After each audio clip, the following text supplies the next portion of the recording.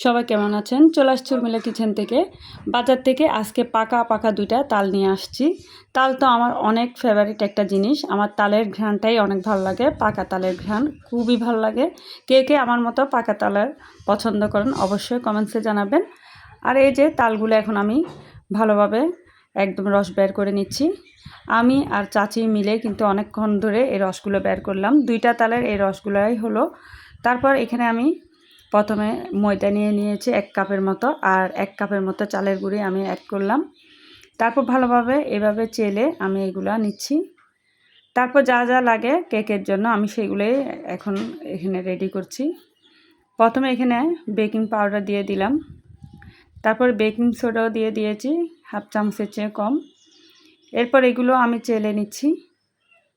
তারপর এখানে আমি দিয়ে দিচ্ছি 1টার মতো ডিম। তারপর দিয়ে দিচ্ছি এখানে চিনি, স্বাদ মতো চিনিটা দিয়ে দিলাম, আর সামান্য পরিমাণে লবণ অ্যাড করেছি। তারপর এই যে তালের রসটা আমি দিয়ে ভালোভাবে মাখাবো। অনেকক্ষণ পর্যন্ত এটা আমি মাখিয়ে কিন্তু রেখে দিব। রেস্টে প্রায় আমি 1 ঘন্টার মতো রেখেছি, তবে আমার মনে হয় আরও কিছুক্ষণ রাখলে ভালো হতো। তো যাই হোক, এখানে আমি ভালোভাবে এটা মাখাচ্ছি। অনেকক্ষণ পর্যন্ত কিন্তু আমি মাখিয়েছি। এরপর আমি কিন্তু একটু তেল দিতে ভুলে গিয়েছিলাম, সেই তেলটাও দিয়ে দিচ্ছি। আমি 1/2 কাপের চেয়েও কম একটু তেল অ্যাড করলাম। তেলটা দিয়ে তারপর আমি আরও কিছুক্ষণ এখন মাখাবো। তারপর মাখিয়ে কিছুক্ষণ রেখে দিয়েছিলাম।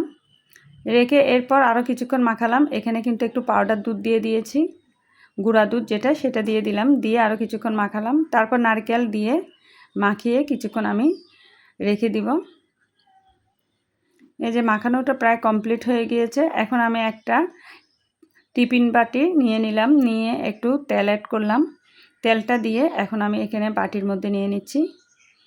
সুন্দর করে বাটির মধ্যে নিয়ে তারপর আমি উপরের দিক থেকে একটু নারকেল আর একটু আমি মুরব্বা দিয়ে দিচ্ছি। বাসায় করেছিলাম মুরব্বাটা, চাল কুমড়ার মুরব্বা, সেটা দিয়ে দিব। এভাবে কিছুক্ষণ ঝাঁকিয়ে নিলাম, আর উপরের দিক থেকে দিয়ে দিলাম নারকেল আর মুরব্বা।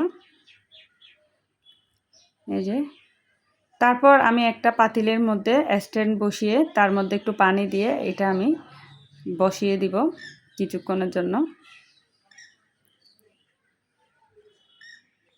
এই যে এটা প্রায় দেওয়া হয়ে গিয়েছে। এখন বসিয়ে প্রায় আমি 1 ঘন্টার মতো এটা ভাপে দিয়েছিলাম। তো এই যে 1 ঘন্টা পর এই যে আমার এটা নামিয়ে দেখলাম, এটা খুব পারফেক্টভাবে হয়েছে। এটা খেতে খুবই টেস্টি হয়েছিল। পুরো ভিডিওটা দেখবেন, দেখে লাইক কমেন্ট করবেন। সবাই ভালো থাকেন, সুস্থ থাকেন।